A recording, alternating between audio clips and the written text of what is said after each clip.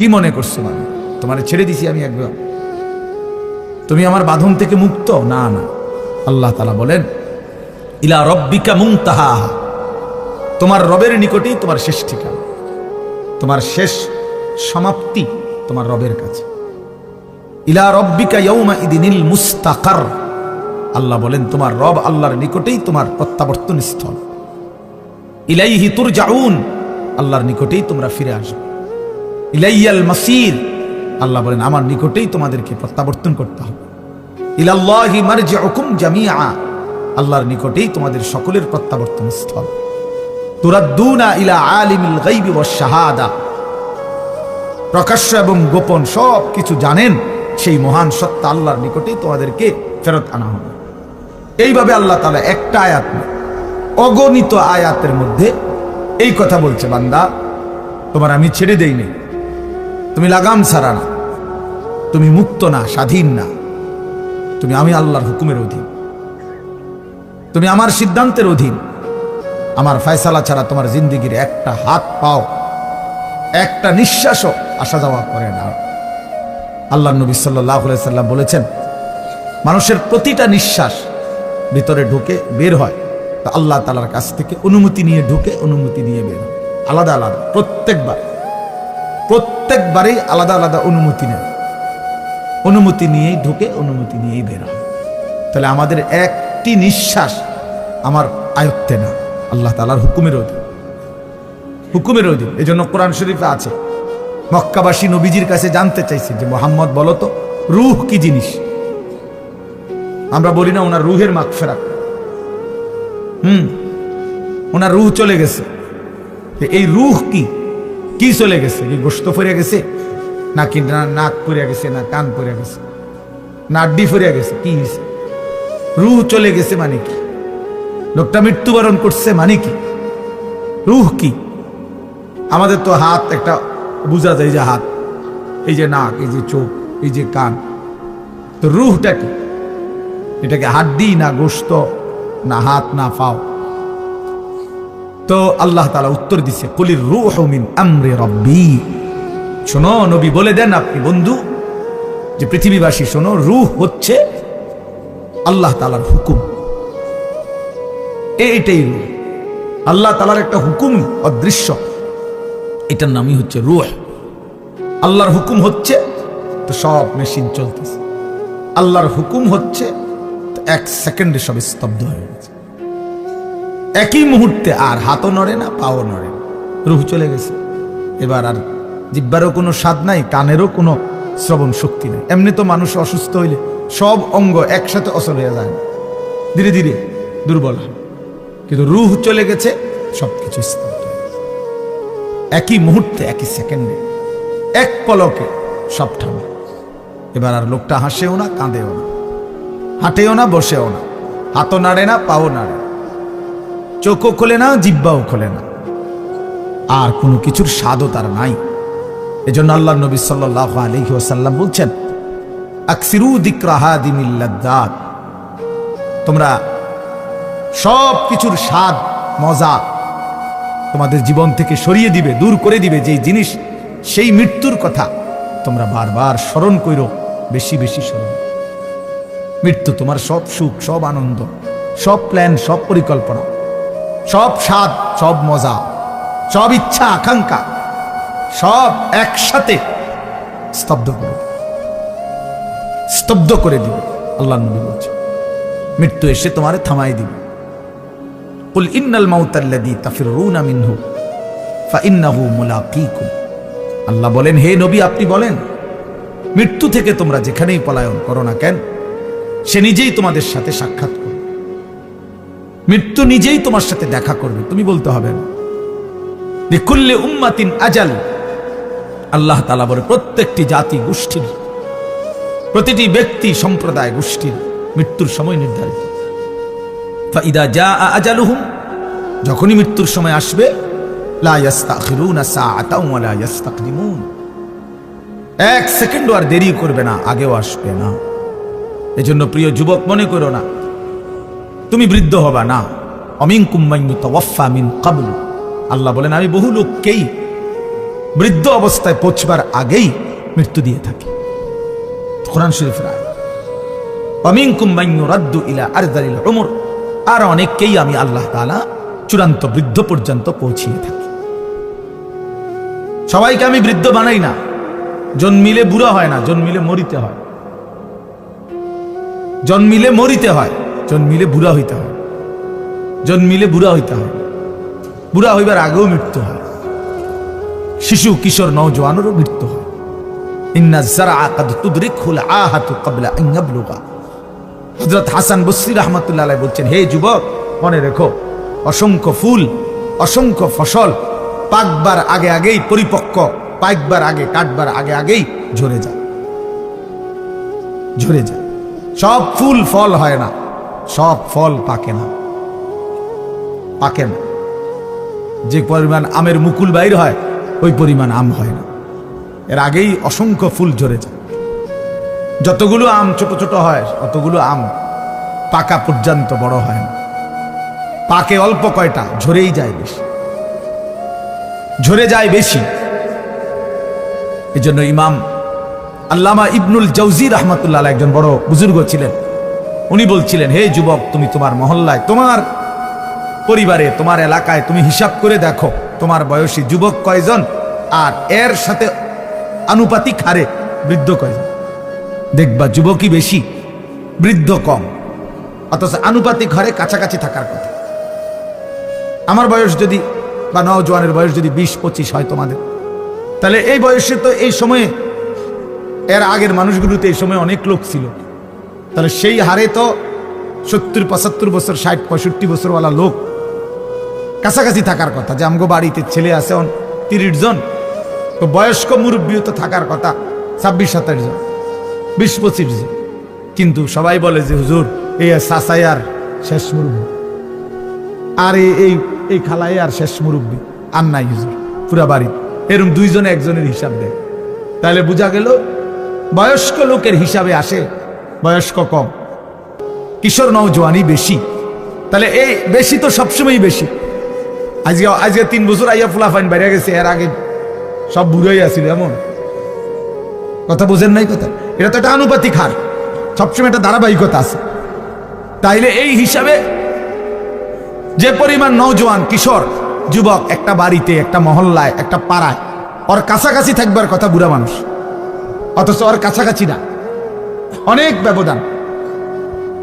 জওয়ান যদি থাকে 30 জন, বুড়া নাই 3 জন। কেন? তার মানে অধিকাংশ যুবকই বৃদ্ধ হওয়ার আগে আগে কবরে চলে যায়। এটাই উনি বুঝাইছেন, যে তুমি দেখলেই বুঝবা, খোলা চোখেই এটার প্রমাণ এটা। এই জন্য হযরত ওমর রাদিয়াল্লাহু তাআলা আনহু বলতেন,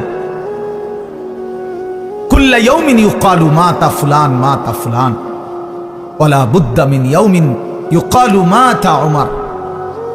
হযরত ওমর রাদিয়াল্লাহু তাআলা আনহু বলতেন যে প্রতিদিন ঘোষণা হয় আজ অমুকের মৃত্যু হলো, আজ অমুকের মৃত্যু হলো। তিনি বলেন নিশ্চিত একদিন ঘোষণা হবে আজ ওমরের মৃত্যু হলো, আজ ওমরের মৃত্যু হলো। হযরত ওমর রাদিয়াল্লাহু তাআলা আনহু আমরা কিতাবে পড়ছি 10.5 বছর তিনি মুসলমানদের খলিফা ছিলেন, বাদশাহ ছিলেন। তো এই 10.5 বছর উনি একজন লোক, ওনার চাকরি দিয়ে রাখছিলেন, একজন লোকের দায়িত্ব ছিল যিনি ওনার সাথে থাকতো। আর কিছুক্ষণ পর পর শুধু তার চাকরি ছিল একটা কাম, যে ওনাকে শুধু ওমরকে মৃত্যুর কথা স্মরণ করাই দিত। এই দূরে কাম ছিল না, একটু পর পর ওমর তোমাকে মরতে হবে, তোমাকে এই পৃথিবী ছেড়ে চলে যেতে হবে, এই কথাইটা মনে করাই দিত, এই কথা মনে করাই দিত।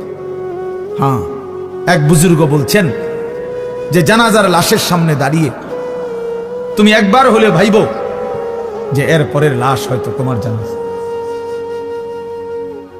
পরের লাশ। এই আমার ড্রাইভার যে আবু বকর ভাই হয় বলতেছে, ওর আপন মামা মামি পরশুদিন সকালবেলা খেতে গেছে, শরীয়তপুর মাদারীপুর বাড়ি। তো ক্ষেতের পাশে আপনার কারেন্টের লাইন কেমনে মনে গোপনে লাগাইছে, যে খেয়াল করছেন, দুজনে একসাথে খেতে যাইতেছিল।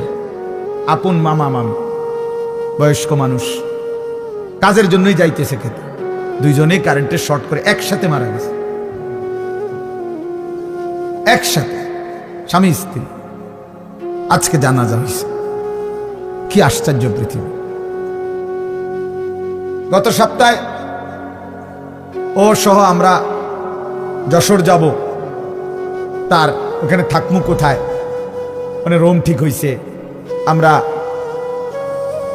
পদ্মার পারে, ও নিজেই বলছে হুজুর এখানে মাহফিলে আজকে না খাই, পদ্মার পারে ইলিশ মাছ দিয়ে ভাত খাবো। ঠিক আছে, আমরা অসুবিধা না, আমরা তো এদিক দিয়ে যাবো পদ্মার। এই সব প্ল্যান প্রোগ্রাম। গাড়ি তো উঠছে, গাড়ি চালাইতেছে, কিছু দূরে মাথায় খবর আসছে যে এর শাশুড়ি মারা গেছে, তো আবার ফিরে চলে গেছে। তাহলে মানুষ ভাবে এক, ফায়সালা হয় ভিন্ন, ফায়সালা ভিন্ন হয়, মৃত্যু এসে থামায় দেয়। এজন্য এই রাত গভীরে আমাদের এটা ভাবা উচিত। এই নীরবে একজন হলে একজন, আমি আগেই বলছি, শ্রোতা কোনো সমস্যা না, কম না বেশি এটা কোনো, তারার মাহফিলে লোক হইছে, তারার মাহফিলে লোক হইছে না, না লোক হইলেই কি না হইলেই কি, এটা কোনো বিষয় না। 10,000 মানুষ হইলে সফল, 10 জন হইলে ব্যর্থ, এমন কথা কোরআন সুন্নাহয় নাই। মূল বিষয় হলো ফিকির, মূল বিষয় হলো পরিবর্তন, মূল বিষয় হলো সংশোধন, মূল বিষয় হলো আমার বিবেক জাগা, আমার অনুভূতি জাগলো কিনা, আমার ভিতরে কোনো অনুভূতি আসলো কিনা, আমি আসলে কিছু ভাবলাম কিনা। আল্লাহ তাআলা বহুভাবে ফাতাবিরু ইয়া উলিল আলবাব, এই যে কোরআন শরীফ আছে দোস্ত, আল্লাহ বারবার বলছে কথাটা, কোরআন শরীফের কত জায়গায় আছে, হে বিবেকবান ফাতাবিরু, উপদেশ গ্রহণ করো, ফিকির করো। আল্লাহ বলছে সবক নাও বান্দা, উপদেশ গ্রহণ করো বান্দা। আল্লাহ তাআলা নবীকে বলছে ফাকসুসিল কাসাসা লাআল্লাহুম ইয়াতাফাক্কারুন। আল্লাহ বলছে বন্ধু, অবিশ্বাসী, নাফরমান, পাপী, পেছনের যেই মানুষগুলোকে আমি আল্লাহ শাস্তি দিয়েছি, আযাব দিয়েছি, ফেরাউনকে, নমরুদকে, শাদ্দাদকে, কারুনকে, নূহ নবীর, লূত আলাইহিস সালামের, হুদ আলাইহিস সালামের জাতিকে, এরকম কত জাতি আমি আল্লাহ ধ্বংস করে দিছি, কত ব্যক্তিকে আমি আল্লাহ ধ্বংস করে দিছি। এই গল্পগুলো, এই ঘটনাগুলো আপনি আমার বান্দাদেরকে শুনান, লাআল্লাহুম ইয়াতাফাক্কারুন, যেন তারা ফিকির করে, ভাবে যে হায় এ কাজ করেছে যারা, তাদের পরিণতি ছিল এই, আমারও পরিণতি হবে এটা। আল্লাহ বলছে ফিকির, লাআল্লাহুম ইয়াতাফাক্কারুন। আল্লাহ তাআলা বলছে লাকাদ কানা ফি কাসাসিহিম ইবরাতুল লিউলিল আলবাব। প্রিয় ভাই, মনোযোগ দিয়ে শুনলে ভালো। আল্লাহ বলছেন লাকাদ কানা ফি কাসাসিহিম, পূর্ববর্তী জাতিদের ইতিহাসে ঘটনার মধ্যে রয়েছে ইবরাত, উপদেশ, লিউলিল আলবাব, বিবেকবানের জন্য, বিবেকবানের জন্য, যার বিবেক আছে তার জন্য। আল্লাহ তাআলা বলছে ইন্নামা ইয়াতাযাক্কারু উলুল আলবাব, আমার কোরআন, আমার সুন্নাহ, এর থেকে উপদেশ গ্রহণ করতে পারে কারা? যারা উলুল আলবাব, বিবেকবান। আর যে জীবন মনে করছে জীবন মানে ভাত মাছ চাল ডাল, পেশাব পায়খানা, ঘুম, যৌন চাহিদা পূরণ, লজ্জাস্থানের চাহিদা, শাহওয়াত, কামনা বাসনা, নারী ছবি, মদ জুয়া, জিনা ব্যভিচার, উলঙ্গ দৃশ্য, সুদ ঘুষ, বাটপারি সিটারি, 2 নম্বরই, এতটুকুই জিন্দেগি যে মনে করছে জীবন মানে এরই নাম, খোদার কসম সে বিবেকবান না, সে ইনসান না। ওই জীবন মানুষের জীবন না, ওই জীবন জন্তু জানোয়ারের জীবন, হাইওয়ানের জিন্দেগি, ওই জিন্দেগি জানোয়ারের জিন্দেগি। কোরআন শরীফ আল্লাহ বলছে এ যে কয়জন ছেলে বসছো বাবা, তোমরাই ভাইব, যে কয়জন বাবারা বসছেন আপনারাও ভাইব, হিসাব মিলাইয়েন, আপনারটা আপনি, আপনার হিসাব আপনি মিলাইয়েন। সাহিবুল বাইতে আদরা বিমা ফিহি, আরবি ভাষায় বলে প্রবাদ যে ঘরওয়ালাই জানে তার ঘরে কি আছে। আমি তো জানি আমার ঘরে কি কি মাল সামানা আছে, এই পৃথিবীর কেউ না জানলে কি, তাহলে আমার খবর তো আমার আছে। আমি তো কি পরিমাণ অন্যায় আর কি পরিমাণ ন্যায় আমার, আমি কতটা ভালো কাজ করছি, মন্দ করছি, এটুকু বিবেক তো আমার আছে, আমার জানা তো আছে। এটা নিজেরটা নিজে হিসাব করে। হাসিবু ক্বাবলা আন তুহাসাবু, নবী সাল্লাল্লাহু আলাইহি ওয়াসাল্লাম বলেন উম্মত তোমার হিসাব আল্লাহ নেওয়ার আগে তুমি নিজের হিসাব করে নাও। হাসিবু আনফুসাকুম। গতকালকে আমরা 14 গ্রাম যাচ্ছিলাম, আমাদের আগে গাড়ি বিশাল জ্যাম। কি হইল? বলল যে হুজুর একটা ছেলে ট্রাকের সাথে সাইকেল চালাইয়া যাইতেছে, বাড়ি খাইছে, একটা বাড়ির সাথে সাথে দুইটা পাও একের ভাঙ্গা, দুটা পাও শেষ, রক্তে ভাইসা গেছে মাঠে। খালাস। এই জিন্দিগি, এই হাসি খুশির জিন্দিগি ক্ষণিকের মধ্যে স্তব্ধ। এজন্য প্রিয় ভাই, তুমি তোমার উপরে যদি ভরসা কইরা গুনাহ করো যে আমার শরীর, আমার যৌবন, আমার স্বাস্থ্য, আমার সুস্থতা, তাইলে ভুল করে।